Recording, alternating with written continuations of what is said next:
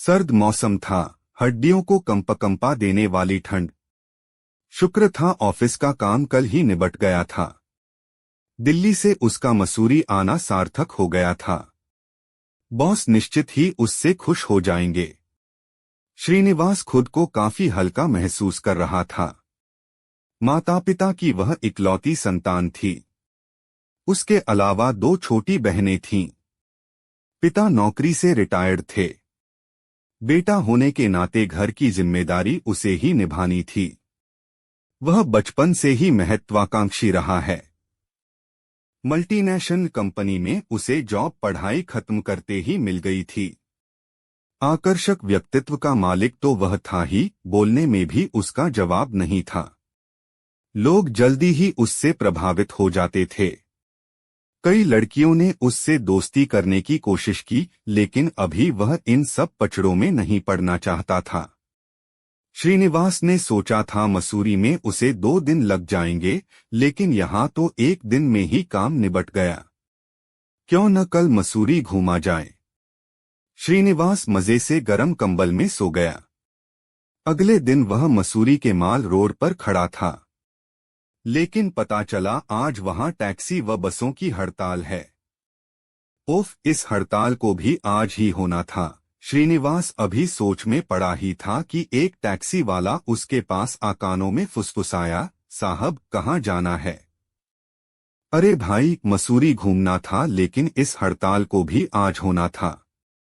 कोई दिक्कत नहीं साहब, अपनी टैक्सी है, इस हड़ताल के चक्कर में अपनी वाट लग जाती है। सर जी, हम आपको घुमाने ले चलते हैं, लेकिन आपको एक मैडम के साथ टैक्सी शेयर करनी होगी। वे भी मसूरी घूमना चाहती हैं। आपको कोई दिक्कत तो नहीं? ड्राइवर बोला। कोई चारा भी तो नहीं। चलो, कहाँ है टैक्सी? ड्राइवर ने दूर खड़ी टैक्सी के पास खड़ी लड़की की ओर इशारा किया। श्रीनिवास ड्राइवर के साथ चल पड़ा। हेलो, मैं श्रीनिवास, दिल्ली से। हेलो, मैं मनामी, लखनऊ से। मैडम, आज मसूरी में हम 2 अनजानों को टैक्सी शेयर करना है। आप कंफर्टेबल तो रहेंगी? अधह थोड़ा अनकंफर्टेबल लग तो रहा है, पर इट्स ओके।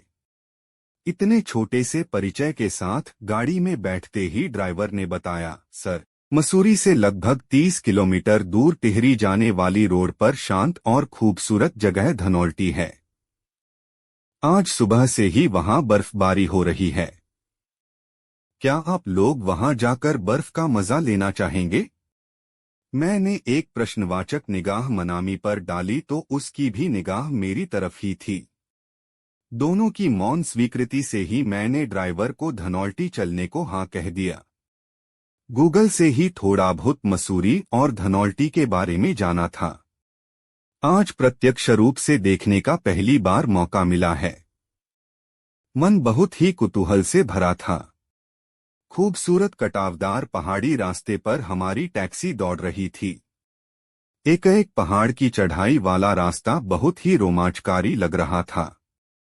बगल में बैठी मनामी को लेकर मेरे मन में कई सवाल उठ रहे थे।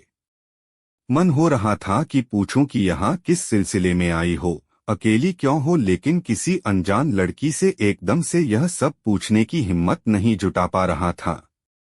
मनामी की गहरी बड़ी बड़ी आंखें उसे और भी खूबसूरत बना रही थीं।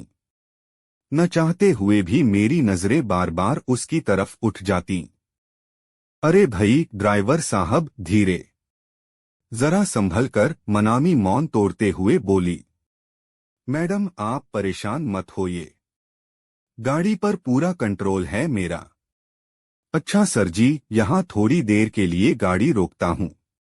यहाँ से चारों तरफ का काफी सुंदर दृश्य दिखता है। बचपन में पढ़ते थे कि मसूरी पहाड़ों की रानी कहलाती है। आज वास्तविकता देखने का मौका मिला। गाड़ी से बाहर निकलते ही हाड़ कंपा देने वाली ठंड का एहसास हुआ। चारों तरफ से धुएं जैसे उड़ते हुए कोहरे को देखने से लग रहा था मानो हम बादलों के बीच खड़े होकर आंख मिचौली खेल रहे हों। दूरबीन से चारों तरफ नजर दौड़ाई तो सोचने लगे कहाँ थे हम और कहाँ पहुँच गए। अभी तक शांत सी रहने वाली मनामी धीरे से बोल उठी, इस ठंड में यदि एक कप चाय मिल जाती तो अच्छा रहता।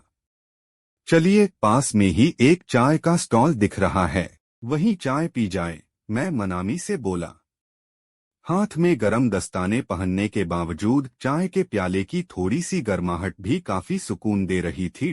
मसूरी के अप्रतिम सौंदर्य को अपने अपने कैमरों में कैद करते हुए जैसे ही हमारी गाड़ी धनौल्टी के नजदीक पहुंचने लगी, वैसे ही हमारी बर्फबारी देखने की आकुलता बढ़ने लगी।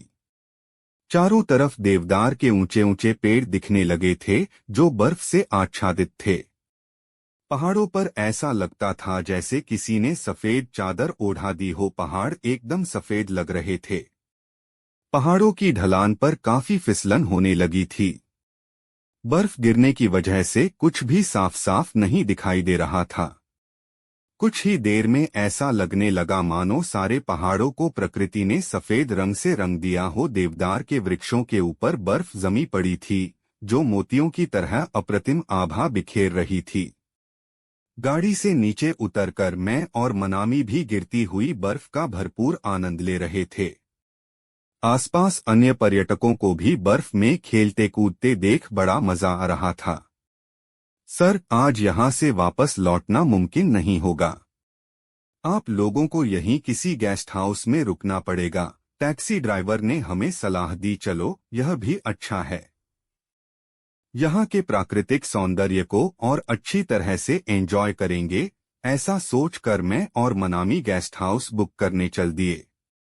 सर, गेस्ट हाउस में इस वक्त एक ही कमरा खाली है। अचानक बर्फबारी हो जाने से यात्रियों की संख्या बढ़ गई है। आप दोनों को एक ही रूम शेयर करना पड़ेगा, ड्राइवर ने कहा।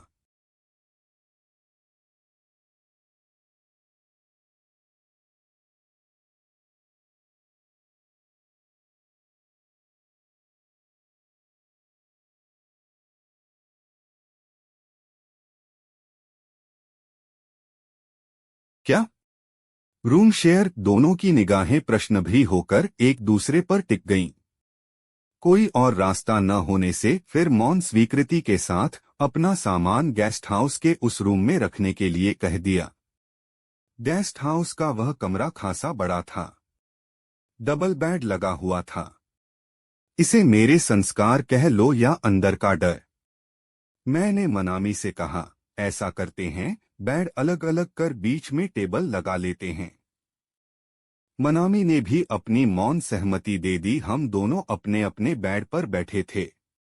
नींद न मेरी आंखों में थी न मनामी की। मनामी के अभी तक के साथ से मेरी उससे बात करने की हिम्मत बढ़ गई थी। अब रहा नहीं जा रहा था, बोल पड़ा, तुम यहाँ मसूरी क्या करने आई हो? मनामी भी शायद अब तक मुझसे सहज हो गई थी।